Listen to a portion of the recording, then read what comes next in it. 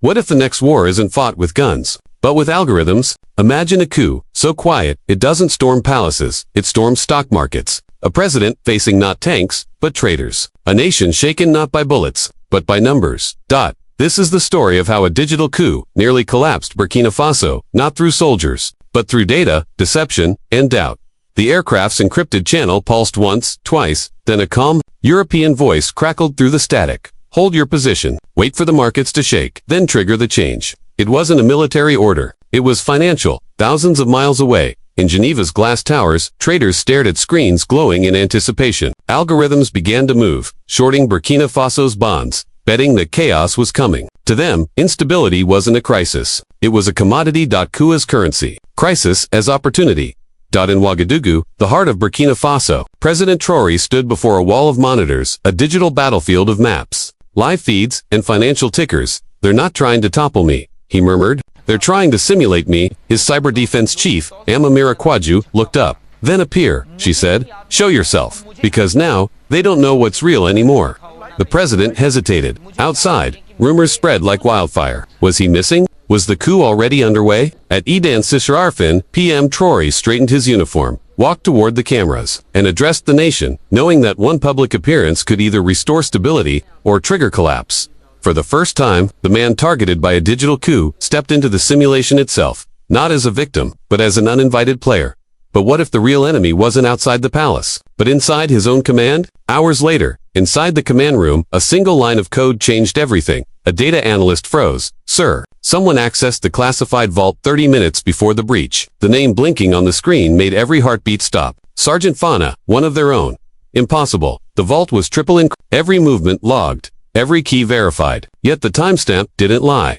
When confronted, Fana said nothing. He just ran. A flash of white light tore through the command post. Not an attack, but a controlled detonation. A digital self-destruct. Smoke filled the air, and screens shattered in bursts of pixelated fire. By the time the dust cleared, Fana was gone, along with a satellite phone and a topographic map marked with one word, Fort Jara. And just like that, the coup had found its ghost. But while Burkina Faso hunted a traitor in the desert, someone in Geneva was already celebrating. In a sleek skyscraper overlooking the Rhine River. An encrypted call connected to menvoices.com. Detached, almost amused. "Trap at Bobo Dioulasso succeeded," said one. The reply was ice cold. "Good. Let them tear each other apart. The market reacts better to blood than to truth." Within minutes, trading floors lit up. Gold prices spiked by 2.3%. Investors made $120 million in under an hour.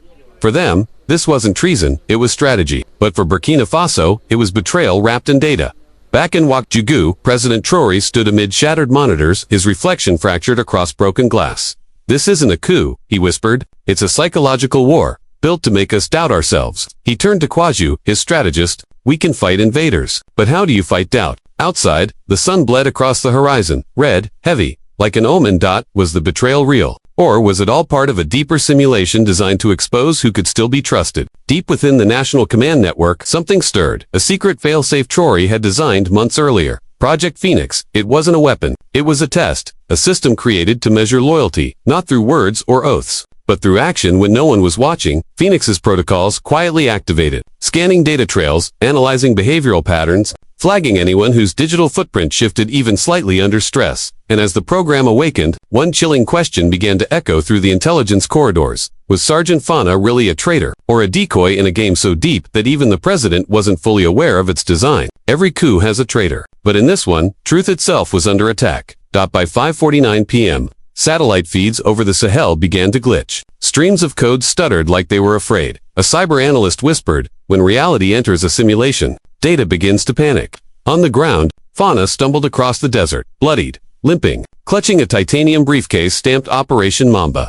His destination, Fort Jara, a ghost base, erased from maps since 2017. Why there? What was inside that case? Some believed it held the kill switch for the nation's digital defenses. Others thought it was bait, part of the president's own trap. As Fana approached the crumbling walls, drones hovered silently overhead. Cameras flickered. Someone, or something, was watching. Inside the base, a single generator hummed. Lights flickered to life, revealing a command table covered in holographic projections. Data streams, market feeds, a simulation of the coup itself. And at the center of it, a recording. President Traoré's voice. "If you're seeing this," it said, then the system worked. Trust is our greatest vulnerability and our greatest weapon. What you call betrayal might be proof of loyalty. Fana exhaled. For the first time, his face softened. Then he placed the briefcase on the table and opened it. Inside was no weapon, no code, just a single drive labeled, Phoenix Prime, do not upload. He hesitated. Outside, the rumble of engines drew closer. The president's forces were almost there. Would he run again, or finish the mission? Sometimes, the line between hero and traitor isn't drawn in blood. It's drawn in perception. When the president's convoy reached Fort Traore, the desert was silent. No gunfire, no resistance. Inside, they found the open briefcase and Fana alive, hands raised. Mr. President, he said softly, you wanted to know who would stand when no one was watching. Now you know. Kwazu glanced at the screens. Phoenix Prime had already executed. Across the network, thousands of false data trails deleted themselves. Every insider planted by Geneva's financiers had been exposed, flagged, traced, and isolated. Traore didn't speak. He just looked at Fana, the man they'd branded a traitor, and nodded. But Coup wasn't defeated with firepower or sanctions. It was undone by the one thing no algorithm could predict. Human conviction.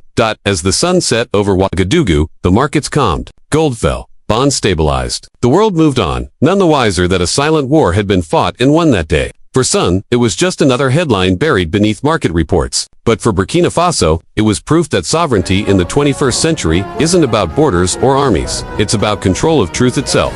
Because in the age of digital coups, the greatest weapon isn't code. It's trust. So, what do you think? If truth can be simulated, how will we ever know who's really in control?